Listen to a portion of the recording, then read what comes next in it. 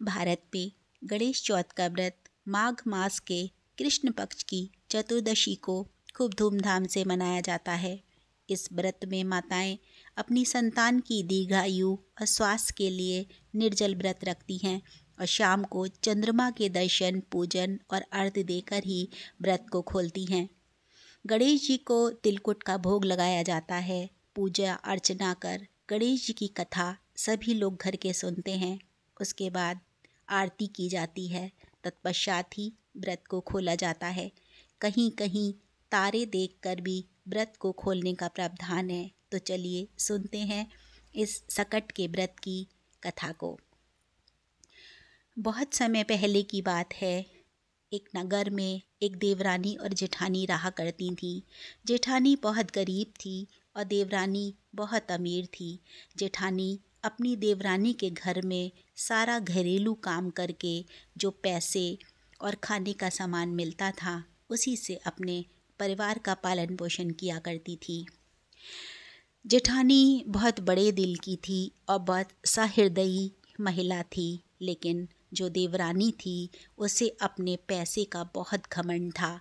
वो कभी भी अपनी जेठानी को कोई भी मदद नहीं किया करती थी। इसकी शिकायत कभी जेठानी ने उससे नहीं की। उसने अपने भाग को समझकर इसको बहुत खुशी मन से स्वीकार किया। बहुत पूजा पाठ किया करती थी। गणेश जी की उसमें अनन्य भक्ति थी। एक बार सकट का दिन आया। जेठानी ने व्रत रखा और देवरानी ने भी व्रत को रखा।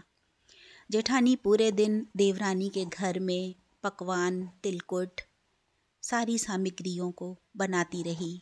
शाम को वो खाली हाथ घर लौटी। उसकी देवरानी ने उसको जरा सा भी कुछ नहीं दिया।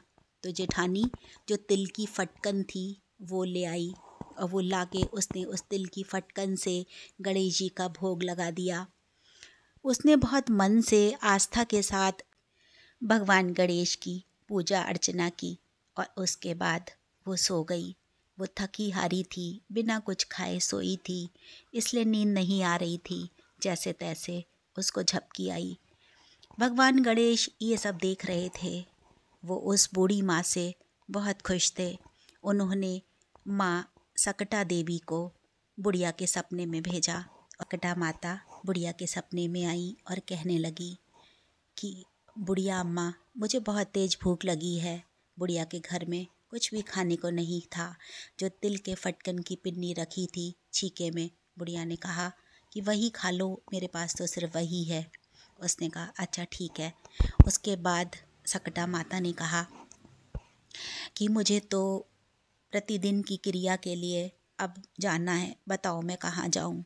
बुढ़िया झल्ला चुकी थी। उसने कह दिया कि लो, मेरी धोती पड़ी है फटी पुरानी, इसी से पोंछ लो और घर में जहाँ चाहो नित्य क्रिया के लिए चले जाओ। उसने कहा ठीक है। सुबह जब बुढ़िया की आँख खुली तो उसने देखा कि वो जो रात में सकटा माता आई थी वो कहीं नहीं दिखाई दी। तो बुढ़िया चारों तरफ उसको ढूंढने लगी कि रात को जो बुढ़िया सपने में आई थी वो कहाँ चली गई, लेकिन वो कहीं भी उसको दिखाई नहीं दी। खैर, बुढ़िया उठी। जैसे ही वो बिस्तर से उठी उसने देखा उसके पूरे घर में हर कोने में सोना, चांदी, हीरे मोती बिखरे पड़े हैं।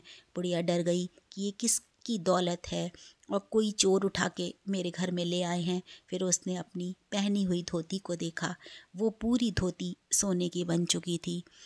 बुढ़िया समझ गई कि रात में ज़रूर कोई दैवीय शक्ति उसके घर आई थी और इतना सारा धन देकर गई हैं।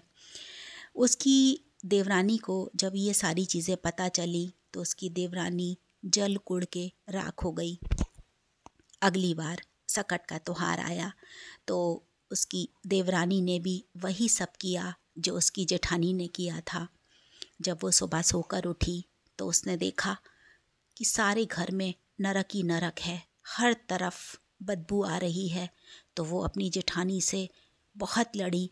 उसने कहा कि तुमने मुझे गलत चीज़ें बताई थी, अपने घर में तो तुमने दौलत कर ली और मेरे घर में सारे नरक ही नरक कर दिया।